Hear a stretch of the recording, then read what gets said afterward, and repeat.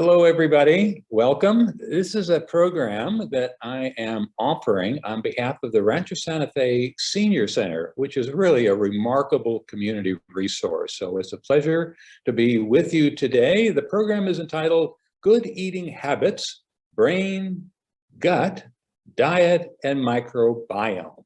My name is Joseph Weiss. I'm a clinical professor of medicine at the University of California, San Diego. I am a physician, a gastroenterologist, but I'd have to share with you, to my embarrassment, going through the traditional medical education here in the United States, and this is years of training, nutrition, good eating habits was really not a mainstay of our curriculum. I've had to learn a lot over my many years in medicine, and I have learned a lot, and I want to share some of that knowledge and I hope wisdom with you.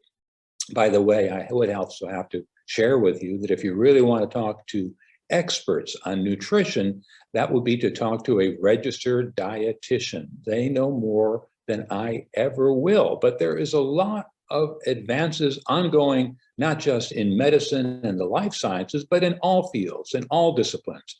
So when I went to school many years ago, what I was taught, a lot of it has become outdated. New information has come along, and I and you can benefit from that. And that's why I'd like to share that information with you during this program. I'd also like to share with you, there is still a lot of wisdom from the ancients that we should pay attention to. This is from Hippocrates over 2,500 years ago, when he said, "Let food be thy medicine and medicine be thy food." Words of wisdom. Now, I commented that knowledge, wisdom, they're not necessarily one and the same. And knowledge is important, but I think wisdom is even more important. And to illustrate this fact, I would like to share with you that a tomato is a fruit botanically. A tomato is a fruit, as is an eggplant, a cucumber, squash, a whole list of food items that we may traditionally think of as vegetables are actually botanically fruits. Now that is knowledge. Knowledge is knowing that a tomato is a fruit. How is wisdom different than knowledge?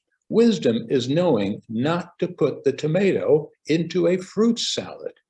There's another great saying from Albert Einstein to offer a distinction between knowledge and wisdom. Knowledge is knowing that the street that you are about to cross is a one-way street. So you would think you'd only have to look in one direction to see which way traffic is coming from. Well, knowledge is knowing that it's a one-way street. Wisdom is knowing to look both ways anyhow. And unfortunately and tragically, I've known a number of folks who have traveled to countries where they drive on the other side of the road. They're so used to crossing a road looking only in one direction for traffic, and unfortunately, tragic consequences. So again, wisdom is an advance over knowledge. I suspect that you already know this, but you are what you eat. Remember, you began as a tiny, barely visible single cell egg, fertilized by a single sperm cell. You began as a fertilized egg, which was only one cell. That cell grew, divided, multiplied, and over time, it became a baby as you were born, and it matured again as we're moving along through the years into an adult. And I suspect that the vast majority of you are adults. And as an adult, we look back and think of the remarkable, really miraculous growth we have achieved from a single cell to enormous multitude of dimensions larger over our lifespan. So you are what you eat. Every 35 days, your skin replaces itself. Your liver is replaced about every month. Your body makes these new cells from the food you eat. What you eat literally becomes you. Humans have about 37 trillion plus cells. That is an enormous number of cells. It really is a remarkable number. Humans also have genes, and I'm going to come back to genes in just a bit, and genes are very important. The human organism has about 20,000 genes. By the way, the advances in the life sciences have come along with advances in technology, and some of these advances are really pretty remarkable. Take a look at what the latest dimensions of a cell appear like under the new cryo-electron microscopes and using nuclear magnetic resonance imaging along with radiography. This is a photograph. It is not an artist's rendering of what it looks like inside one single human cell. And remember, we have 37 plus trillion of these. Within each cell, it really is an astounding universe of chemical reactions, metabolism.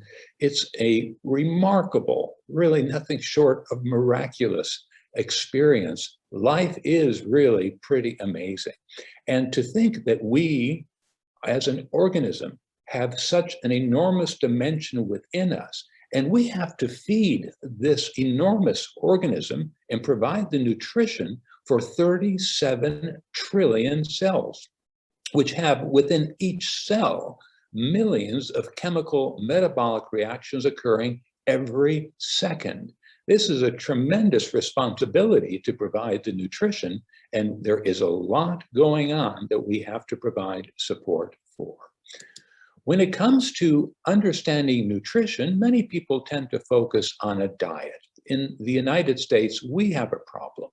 Our problem is that we are so well off in terms of access to food that we have a problem with being overweight and obese. Over 75% of the US population today is overweight or obese. That is an enormous health issue. And yet at the same time, we work hard at trying to maintain more reasonable weights. We haven't been successful yet, but some of the issues about diets, and we're going to come back to this in just a little bit, is that most diets don't really work for us. And what they have found is that there is a genetic underpinning to whether a diet will work or not. And if you use the advances in medicine, which are now becoming known as precision medicine, personalized medicine, using genomics, the advances in the sciences, one can identify which is the proper diet for the individual based on their genotype. So genetics, we're going to come back to, that is important, but there's another aspect that most people don't think of, and that is food chemistry. Most people don't realize that food, if you look at it in a very small, under the microscope view, is basically chemicals. Food itself is made of chemicals. And if you analyze the chemical processes that the human body uses to digest food and metabolize food and break the food down into its various components, and then utilize those in physiology for enzymes, proteins, fats, carbohydrates, minerals, vitamins, all of these are interrelated, and the food chemistry plays a very important role in our health and well-being. So there are two ways to look at our diet. One is simply the large foods that we eat and say, well, I would like to have an apple or a banana or a steak or whatever have you. And the other is to look at what are the nutritional components of that food. What is contained within the food? What does the food become as it is digested and metabolized? By the way, just a quick aside, did you know that within an apple, there are poisons within the apple, and it's actually within the apple seed, there is a product known as amygdalin. If the seeds are chewed or crushed and they are exposed to enzymes, these amygdalin chemicals will be converted into cyanide, which is highly poisonous. If you chew, crush, ingest enough apple seeds, you can die. It takes about 120 apple seeds to deliver a fatal dose of cyanide. So please do not chew, crush, ingest apple seeds. It can be fatal. And yet we all enjoy apples. We eat apples. Most people don't eat the core and the seeds. By the way, if you do eat the seeds, nothing is going to happen unless you chew and crush the seeds. If you swallow them whole, the amygdalin stays within the seed, protected from digestive enzymes and the human digestive tract, and it's simply eliminated out the other end, unchanged, and you won't know that you had just swallowed a poison. The point I wanted to make is that every product, every food has benefits as well as downsides, risk, and that may simply be from overindulgence and becoming overweight or obese, or the food itself may have some potentially toxic properties. And we do know there are certain foods that you do not want to eat, not even to think about it. And there are wild mushrooms that can lead to mushroom poisoning, liver failure, and death. So unless you know what you're foraging for, be careful about consuming wild mushrooms. And there are other foods just like that, where we have learned over time what is safe and what is poisonous. Just a brief historical aside, it was only until a few hundred years ago that the tomato was considered a poisonous plant. Humans did not eat tomatoes because of fear that because it was red, which is a color traditionally associated with poisons, that tomatoes were poisonous. And it was only later on that they were found to be not only not poisonous, but healthy and beneficial. When we talk about diets, most people focus on calories. I'd like to share with you what is a calorie. A calorie is simply a measure of the amount of energy, potential energy, within a food. And it is measured by the rise of the temperature of water when that energy is released. The device used to measure calories is known as a bomb calorimeter. Within the bomb cell, the gray in the center of this image, the food is placed. It is then incinerated. It releases heat as it's incinerated, and that heat raises the temperature of the water surrounding the bomb cell. That rise in temperature is measured, and that is how the calorie count, the potential energy of the food, is measured. By the way, it doesn't necessarily have to be a food. You can place anything in the bomb cell and incinerate it and measure its calorie count. So you could put a charcoal briquette in, a piece of wood, paper, gasoline. You can measure the calories within any substance. And when you measure the calories of certain food groups, there is a common denominator. It's called the calorie density. That is, for each measurement of weight of the food, and in the life sciences, we use grams. The more traditional American British system of using ounces and pounds is not what is used in science traditionally. We use grams and kilograms, and a gram is very small, but the calorie density of a protein is about 4 calories per gram. This is the same calorie density as a carbohydrate, 4 calories per gram. Alcohol has a higher calorie density at 7 calories per gram. But by the way, alcohol is a carbohydrate. It's just an unusual form of carbohydrate that has a higher caloric density. Fat has the highest calorie density of all, 9 calories per gram. And on the slide, I have an image of a little gasoline container being filled at the gas pump. Gasoline, when you measure its calorie count as a density per gram, is the same as fat.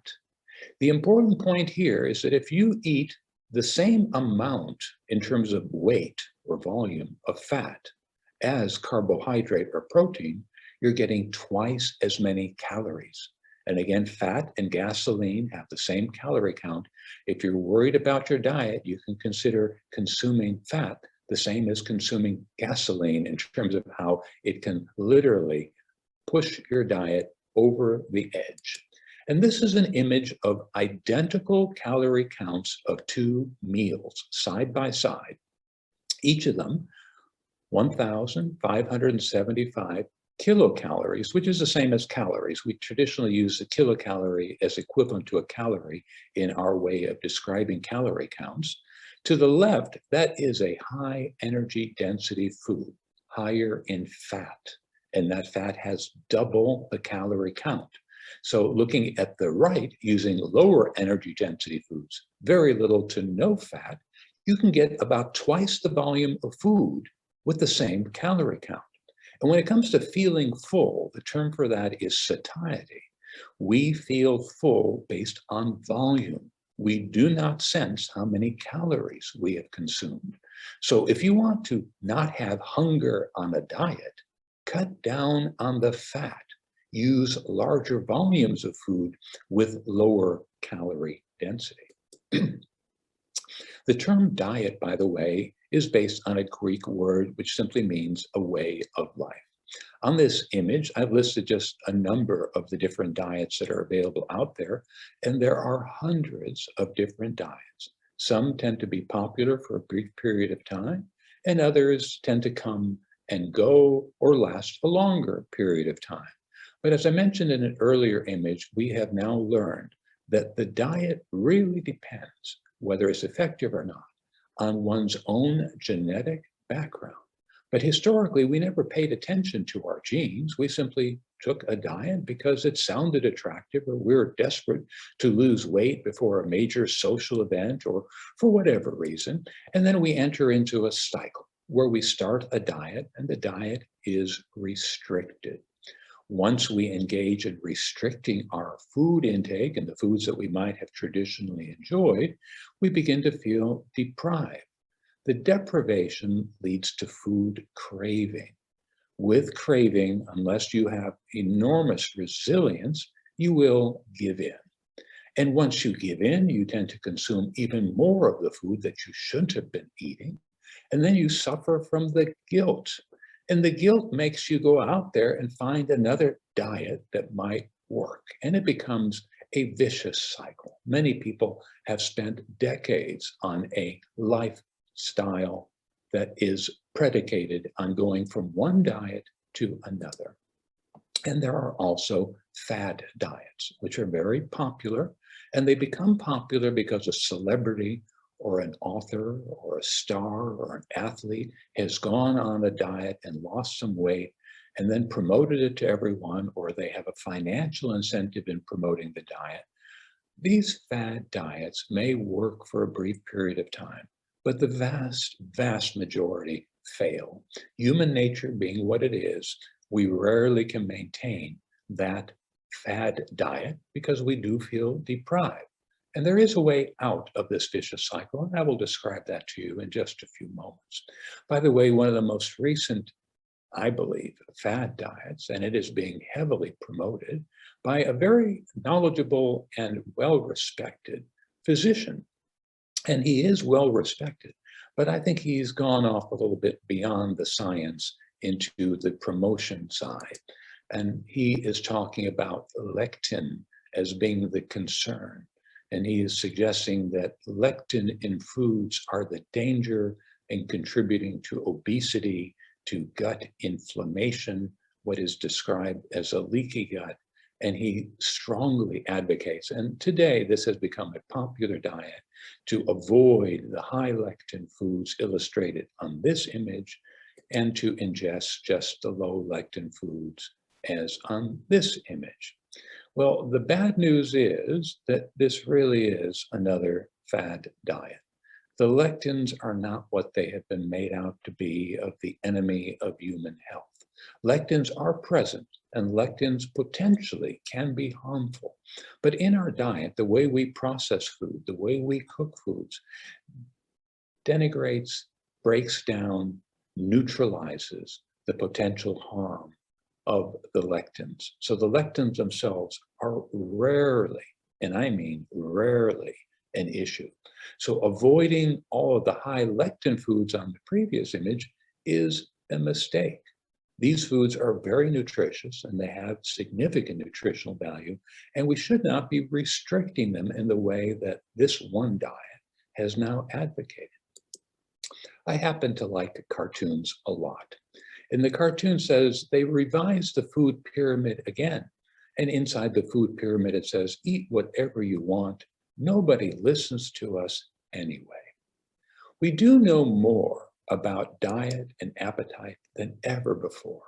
And part of that has to do with discoveries that when it comes to the control of food intake, one of the more important influences are the hormones that circulate in our blood. And one of the hormones wasn't known that many years ago. It's called leptin. And there's another hormone also not known many years ago called ghrelin. We do know and have known of insulin for about 100 or so years. And these hormones play a very important role in modifying our appetite.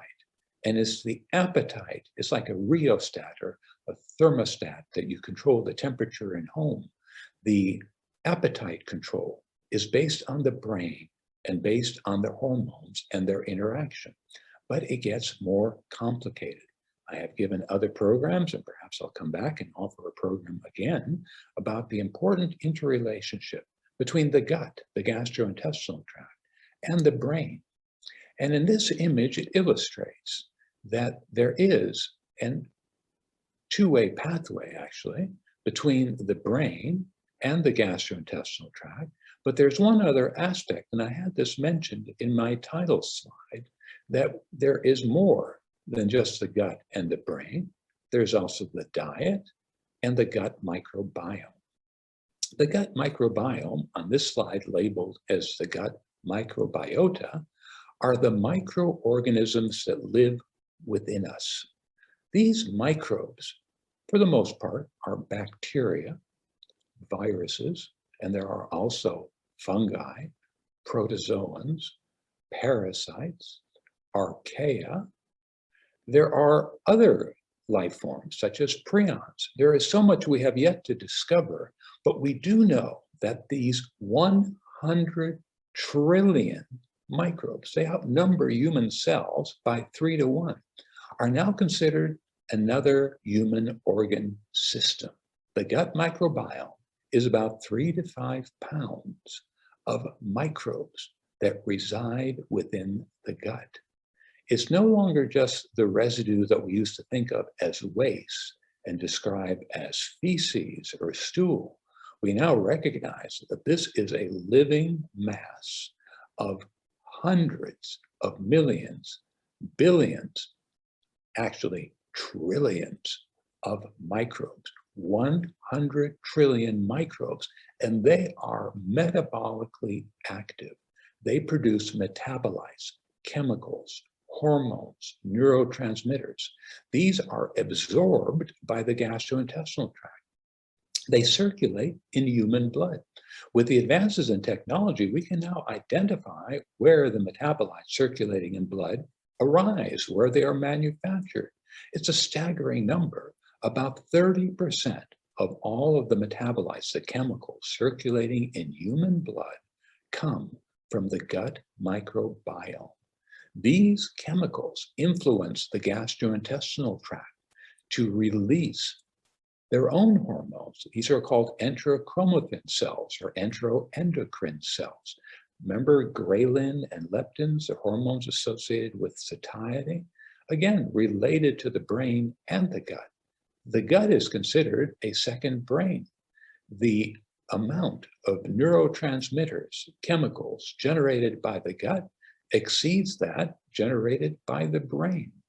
The gut influences the brain. It influences it by a couple of pathways, one of which is the vagus nerve, the 10th cranial nerve. It used to be thought that the brain was in charge, telling the gut what to do. When they looked at the vagus nerve, staggering numbers, instead of the brain telling the gut what to do, over 90% of the messages were from the gut telling the brain what to do. This is a completely revolutionary understanding of what is going on in the human organism. And the brain sends messages to the gut microbiome, and the gut microbiome sends messages back. It's a pretty wild new world where we're beginning to understand the life sciences to a degree that we had never understood it before. And as I'll share with you in just a little bit, it really is revolutionizing our approach and our understanding, not just about the diet, but about our overall health and well-being. So how does food affect our brain? One of several ways. The food itself may contain chemicals, phytochemicals, biochemicals, metabolites, hormones, messengers that influence our physiology, travel to the brain, and influence the brain. And we do know this. There are certain foods that will influence our mood. There are foods that are precursors, that have the amino acid precursors to the neurotransmitters. And we'll talk about these. And they include dopamine, serotonin, endorphins, acetylcholine.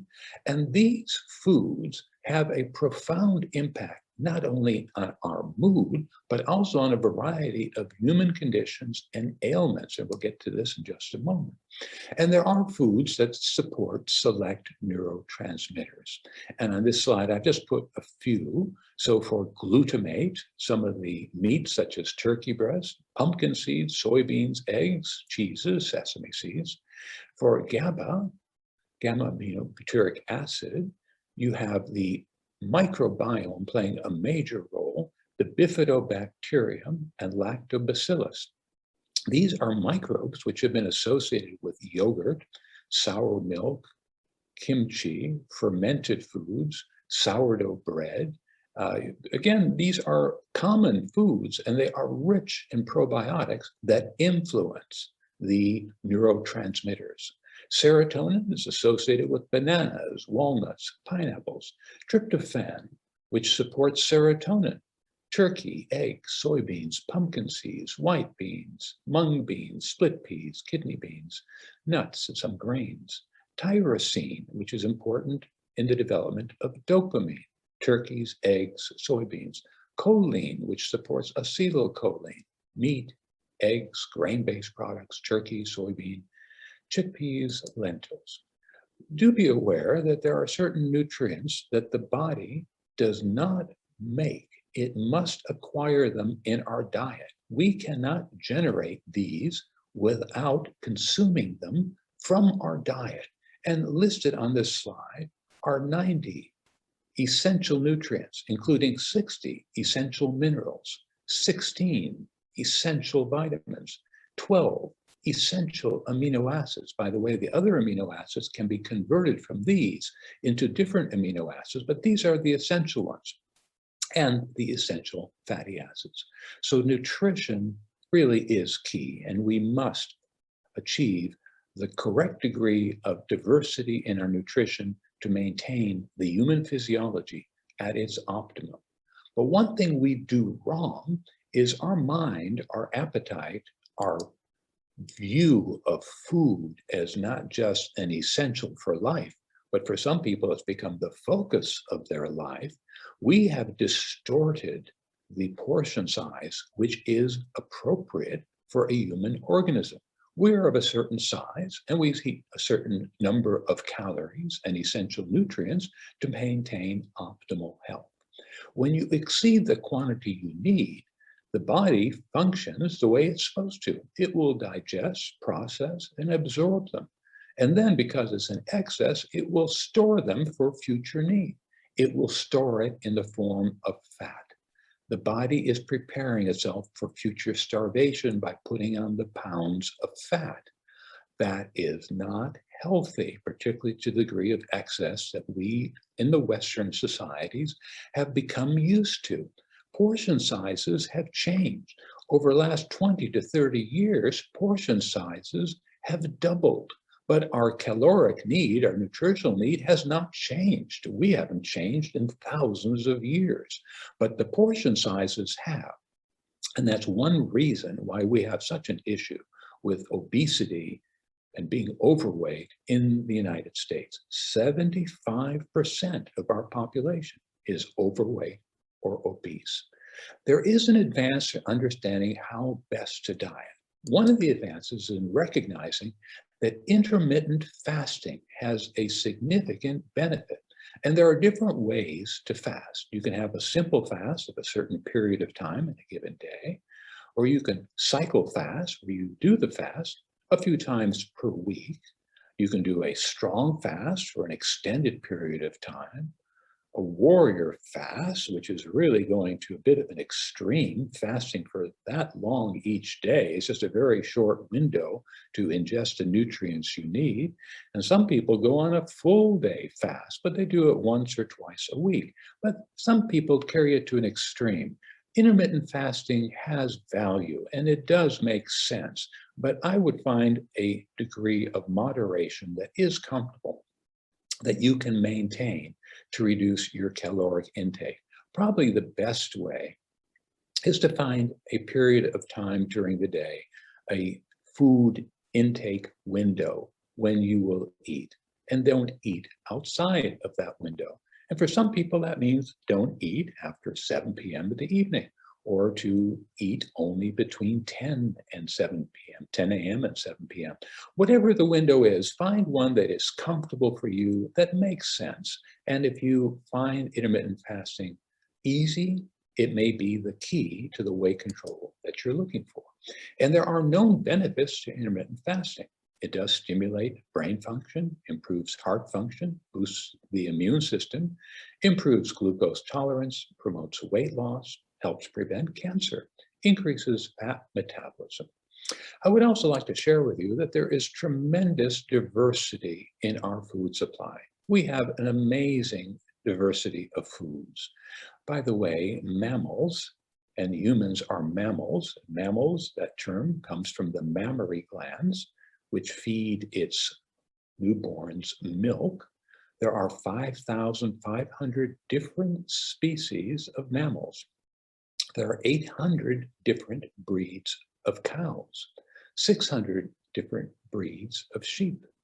And each of these breeds, the milk they produce can produce cheeses, and there are over 2,000 commercial varieties of cheese. On this image, I've also put the gene count of these animals and plants in parentheses. I'll be coming back to genes in just a bit. The point I wanted to make was the tremendous diversity, the variety of genes. Not only do we have tremendous diversity of food, and look at this, 25,000 species of fish, 3,000 varieties of poultry, 7,500 varieties of apple, tomatoes, 20,000 of corn, 40,000 of rice and beans, 5,000 varieties of potatoes, 10,000 varieties of wheat. These are staggering numbers, and each one of these varieties and species have unique genes, and the number of genes they have become astronomical when you look at the diversity that is what we are exposed to on a regular basis as we consume these foods. In addition, there are genetically modified organisms. They have become ubiquitous. They are everywhere. They are in 80% of packaged foods in the United States. So the genetically modified organisms have become controversial, and there are two ways to look at this. Some people argue that genetic modification is terrible. We should avoid them. We shouldn't do this. This is harmful. But there's another side, that genetic modification has been around. GMO products have been around for thousands of years. The first human farmers participated in genetic modification, changing their grains, crossbreeding, and the same with the farmers and other crops and the cattle ranchers. They've all modified the genomics, the genetics of the plants and animals and poultry and fish. So genetic modification has been around for a long time. In fact, without genetic modification, starvation would be a common human condition.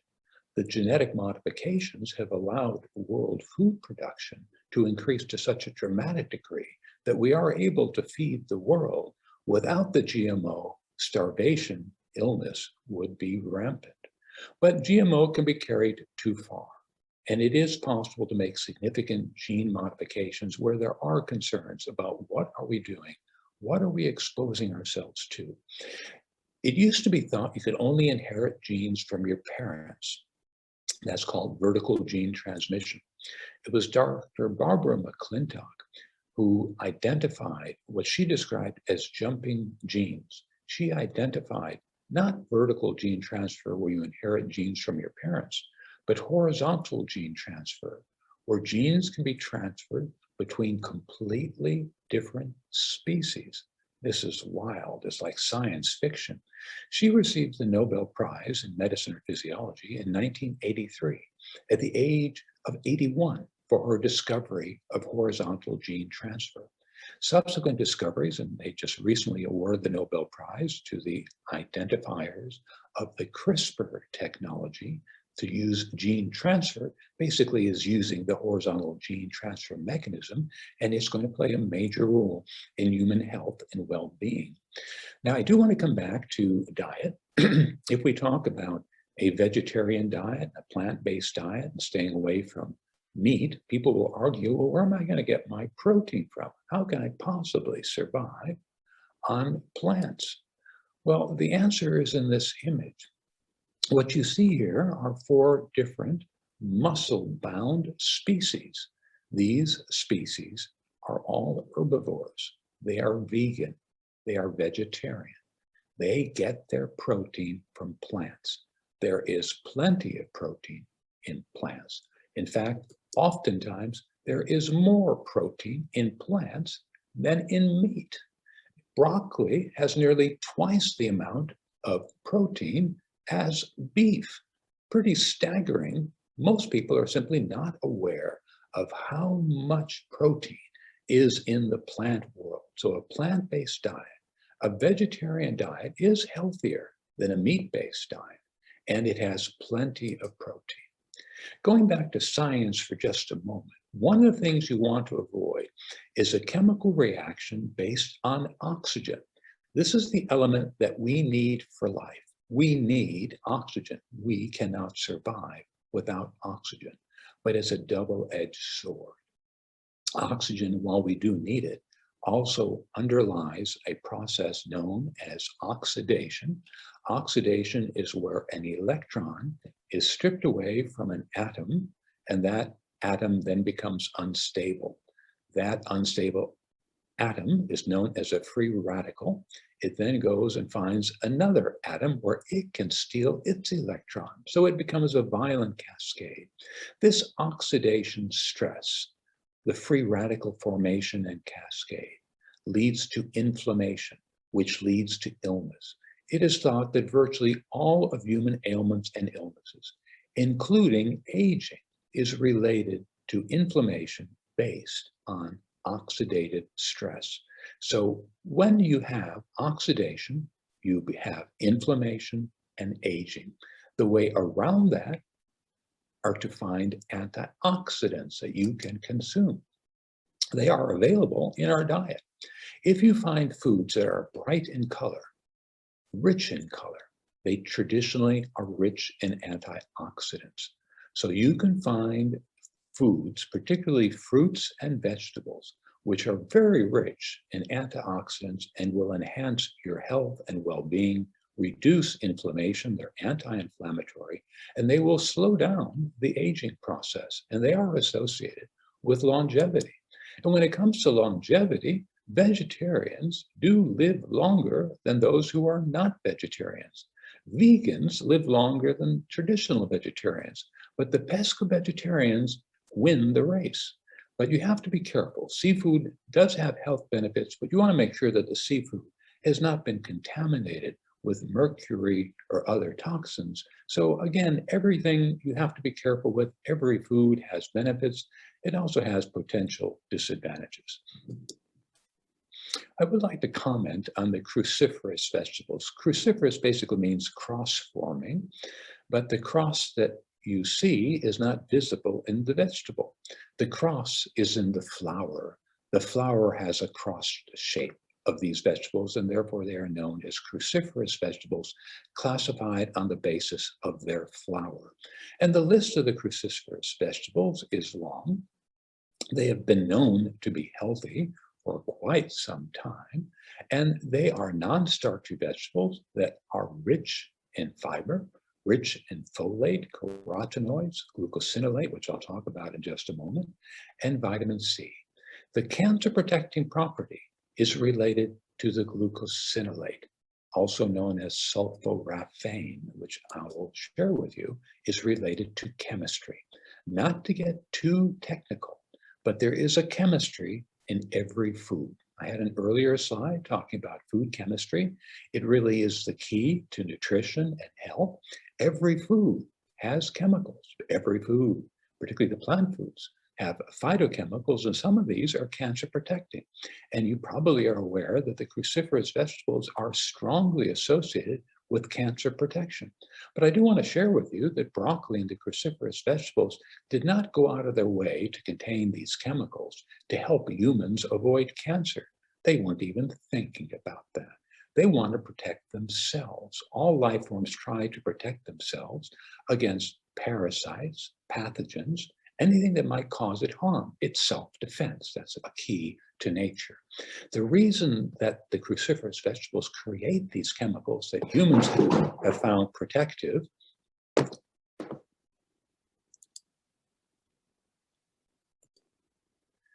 so when it comes down to it, broccoli, cauliflower, these other plants that are associated with human longevity designed their system creating these chemicals that we find so protective to protect themselves. And the way it works is the following.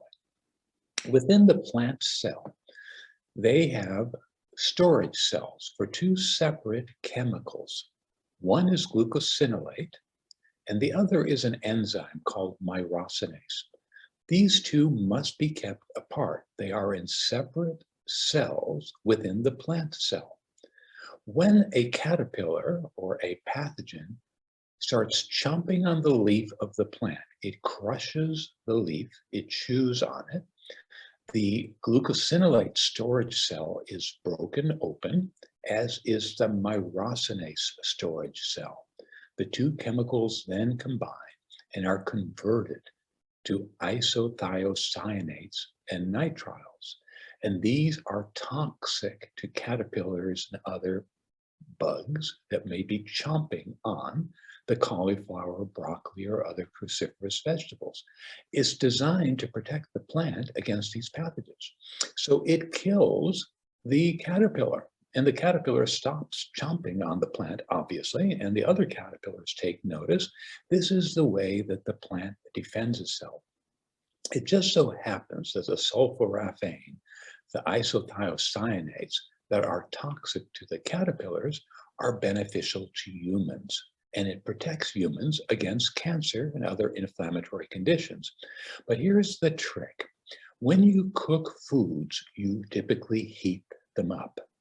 The myrosinase is inactivated when exposed to heat. It is denatured. It is destroyed. It is broken down and is no longer functioning. When you cook a vegetable and then you eat the cruciferous vegetable, if the myrosinase has been inactivated, when you chew through the cells, it releases the glucosinolate, but there is no myrosinase. It's no longer activated to the isothiocyanate. It does not become the sulforaphane that protects you against cancer.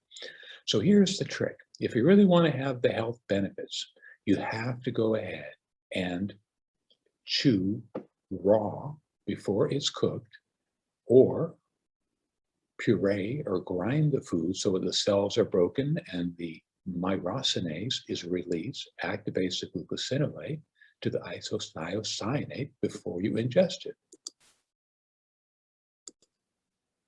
It doesn't take much myrosinase to activate the glucosinolate. So you can also add myrosinase to the broccoli, cauliflower, soup, or food that you have cooked, and that will reactivate the glucosinolate into the sulforaphane. You can use mustards. Now, I do have an image of a commercial mustard preparation that really is not a good source of myrosinase, because when they prepare the commercial mustard preparation, they steam sterilize the mustard seeds, which inactivates the myrosinase, so it has very little myrosinase activity. You're better off using the natural mustard seeds, ground mustard seeds, or having a bite of raw cauliflower, broccoli, or others. By the way, there's also a big difference in the quantity of the sulforaphane found in these cruciferous vegetables. If you have broccoli sprouts, it has 100 times the concentration of these beneficial chemicals, the sulforaphane, than mature broccoli. So the sprouts have an advantage again. And don't forget, if you cook, you may inactivate. So use raw to start with, or break the raw so that the cells release the myrosinase and the sulforaphane, and you have the benefits. Meat, and I don't want to scare you, but meat is typically in the United States contaminated with microbes, antibiotics, hormones, and the animals themselves, particularly in the traditional cattle ranches, have unfortunately become tainted. When the cattle have manure, it also contains the residue of the antibiotics, the hormones, the pesticides, and the other exposures that they have had. And if that manure is placed in an organic farm on the crop, it can taint the organic produce. The U.S. Department of Agriculture has not limited the approach as of yet to these products, and therefore there is a concern that organic produce may not be as clear of being tainted as the consumer might think. I like cartoons, and this is pushing it to an extreme to a degree. It says, we're out of antibiotics, take a quarter pound of ground beef every 12 hours. I just want you to be aware that antibiotics are ubiquitous in cattle ranching, and they are found in the food products themselves. And this cartoon says they call them organic vegetables. What they really mean is grown in poop. I don't want to give you any offense, but where that poop comes from is really important. As I mentioned, if you go to a farmer's market and ask the farmer where they get their manure from, and they tell you it comes from their donkey named Noah and their own horse or cow, that's great. If they're getting it from a commercial cattle ranch, you may want to seek another source of your organic produce. By the way, we talked about the gut microbiome. The degree of microbes within the human gastrointestinal tract is so staggering, 100 trillion in number, 3 times the number of human cells in the human body. And they are a diverse group of microbes, including bacteria, fungi, viruses, parasites, prions. Archaea is on the list. And if you're not familiar with Archaea, it may be because it was only discovered about 30 years ago. Archaea are considered the most ancient form of life on the planet. The Archaea, many people in the field of astrobiology, may well be the form of life if life is discovered outside of planet Earth, such as on Mars, as they're exploring today. Of the microbes, bacteria are the most well studied. And we do know that the bacteria in the gut microbiome plays a role in human health and well-being, both in terms of bone density and osteoporosis, fat storage, promotion of blood vessel formation, cancers, the immune system, the production of vitamins, amino acids, the metabolism of pharmaceutical products and therapeutics, modifying the nervous system. They aid in the digestion and breakdown of food. They protect you from other more dangerous microbes known as pathogens, and they protect against injury to the cell lining. By the way, very few bacteria are known as pathogens, that is, they cause disease. The vast majority are what are known as commensals or symbionts, that is, are either neutral or they're beneficial. the majority of your gut microbiome is beneficial. And the belief is that the more diverse your microbiome, the better. Science has made progress. Good news, your cholesterol has stayed the same, but the research findings have changed. You may recall over the years, there's always been controversy. Are eating egg yolks good for you or bad for you? There was never a straight answer. One year they were good, the next year they were bad. The reason the data was all over the place and science could not come up with a straight answer with egg yolks good for you or bad for you is because there was one key missing element in the research studies. Scientists didn't really know about the gut microbiome and the role it might play. We now know that the gut microbiome is responsible for whether egg yolks are good for you or bad for you. The choline in the egg yolk is converted to a different chemical by microbes. It's converted to trimethylamine. In the liver, the trimethylamine is oxidized to trimethylamine oxide, TMAO. TMAO leads to heart disease, atherosclerosis, narrowing of the arteries. It's those individuals who have the microbes that convert the choline to TMA, which becomes TMAO, who have heart disease when they consume eggs. For those who don't have the microbes that make that conversion, egg yolks are fine. And the reason the data was all over the place and no one could sort it out is people, the scientists, didn't know to check what microbe levels were present in the people participating in the studies. And not just what microbe levels, but you have to know specifically which microbe to look for. TMAO is also associated with cancers. So we're finding that the gut microbiome may play a critical role, not only in heart disease and in cancers, but in all inflammatory disorders. And it may well play a role in our longevity and vitality as well. When it comes to glycemic index, you may have heard this term. This is a term that describes how rapidly the blood sugar rises after you consume a food. It's now believed that glycemic index is not based on the food. It's based on the microbes. It's the microbes determine how quickly the nutrients are extracted. And it's the microbes that may also be playing a role in our weight. And we'll come back to this in just a moment. The gut microbes, as I mentioned, communicate with the brain. It's now found that the microbes may actually be influencing our diet and telling us what we want to eat because they want it. The microbes are looking for certain nutrients. It's amazing how we are, once again, rediscovering and re-exploring how fascinating life is. Artificial sweeteners may not be healthy for several reasons, and one of which is that they do act as antibiotics, and they do change the gut microbiome, and not necessarily for the better. Do my bacteria make me look fat? Some of the most exciting research has to do with obesity, and the finding that the microbes may be playing a role in obesity. There are microbes that are much more efficient at extracting the calories from food. Remember that first image I showed of the bomb calorimeter, where you incinerate food, you can measure the degree of calories? The important point is that the human gut, the digestive tract, is not an incinerator. While the calorie count is true, this is the amount of calories, potential calories within a food, because you incinerate it, you burn it up, it releases energy, it heats up the water bath, you're measuring every last calorie in the food. But the human gut is not extracting every last calorie. It's not an incinerator. So although an egg, say, may have 85 calories, that's if the egg is incinerated. When you're consuming the egg, you may not digest and absorb all 85 calories. One person may absorb 30 calories. Another person with a more efficient gut microbiome might absorb 75 or 80.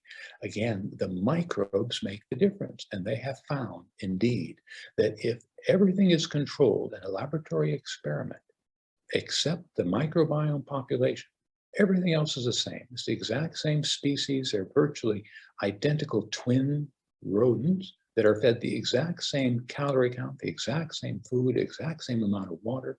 They get the same sunlight, the same amount of exercise. Everything is identical, but you change the microbiome, You can make a skinny mouse fat by changing its microbiome. And you can make a fat mouse skinny simply by changing its microbiome, by how efficient they are at extracting the calories.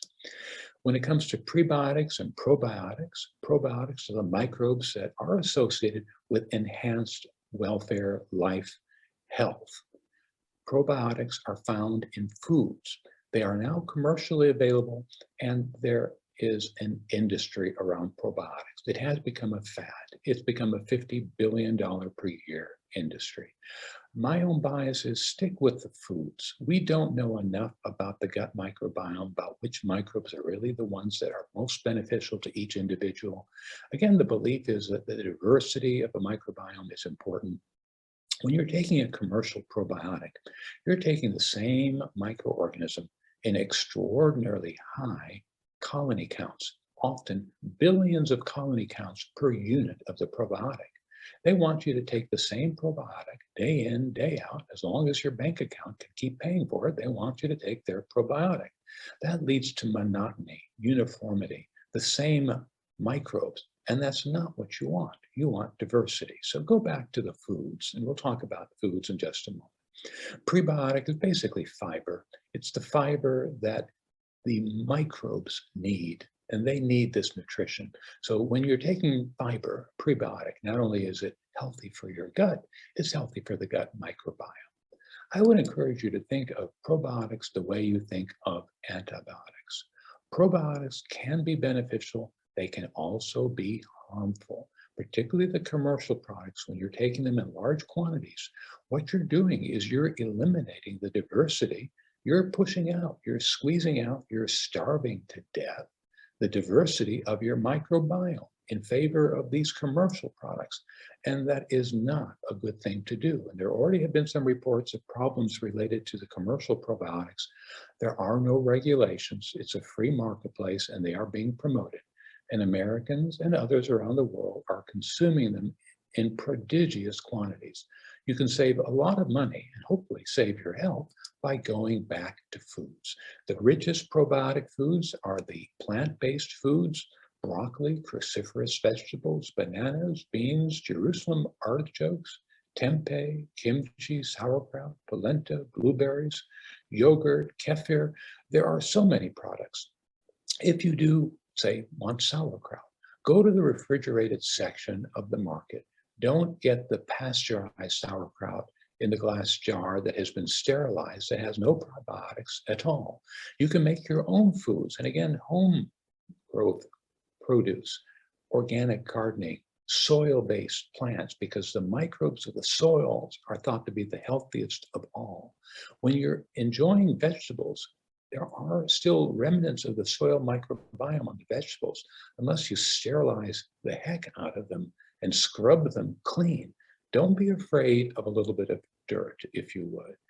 Dirt actually is healthy. There's something called the Hygiene Hypothesis, which says that we in the Western world have gone too far in telling our kids to avoid dirt, wash your hands, and we wash our hands with antimicrobial soaps. We're wiping out the microbiome that we need and that we require for true good health and a strong immune system. So some bite-sized clinical pearls to sum up. If you want to lose weight, preload with water, soup. Select low-calorie density foods. Start each meal with a salad, including bright colors, which are rich in antioxidants. Eat the whole fruits, not the juices. You need the fiber, you need the nutritional value, you don't need the concentrated calories of the juices. Stay away from the seeds and pits, such as apple seeds, prune pits, apricots. They do contain cyanide and poisons, so do not eat the seeds. Chew your foods well. Again, don't chew seeds, but chew your foods well. It's good exercise. It's good to break the cells apart, particularly for the cruciferous vegetables, to release the glucosinolates and the myrosinase to get the active ingredients.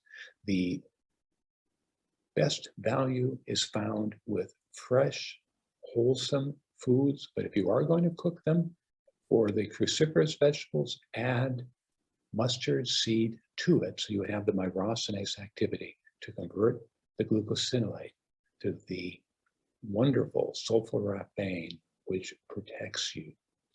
Enjoy your meal without rush. Record your weight daily if you are trying to lose weight to track how you're doing. A time window for eating. Intermittent fasting can be beneficial. Don't eat after 7 p.m. Avoid processed foods. Avoid artificial sweeteners. Reduce salt, oil, sugar, SOS. Prebiotic fiber to support your gut microbiome and gastrointestinal health. Eat without distractions. Get adequate sleep. Fermented foods with live microbes are beneficial. Avoid char-broiled foods. Open flame, smoking, char-broiling leads to the development of carcinogens. It's a great food if it is a plant-based food, not from a factory plant. I'd like to share with you a Tibetan proverb. The secret to living well and longer is eat half, walk double, laugh triple, and love without measure. Again, a wonderful and important thought from Hippocrates from 2,500 years ago. Our food should be our medicine, and our medicine should be our food. Hippocrates was very wise, as is Wendell Berry, who had this quote: "People are fed by the food industry, which pays no attention to health, and are treated by the health industry, which pays no attention to food." I wouldn't go quite that far. I think the food industry is beginning to pay attention and more attention to health. And thankfully, the health industry is beginning to pay more attention to food. So we are making progress, but there's a lot more progress to come. And I hope you did enjoy this program and you found it informative and you enjoy the programs offered at the Rancho Santa Fe Senior Center. It really is a phenomenal community resource, and it's my pleasure to offer programs for them. For those who like to learn more about me, this is my website, www.smartaskbooks.com. I've enjoyed writing a number of books. I have about 25 books, and Deepak Chopra is a good friend, and he's kind enough to add a little gracious commentary about my books. But I must say, I really enjoy sharing information with folks. I like to hopefully inform, share not only knowledge, but wisdom. And again, once again, I hope you enjoyed the program. Stay well, enjoy good, healthy eating habits, and take care. Goodbye.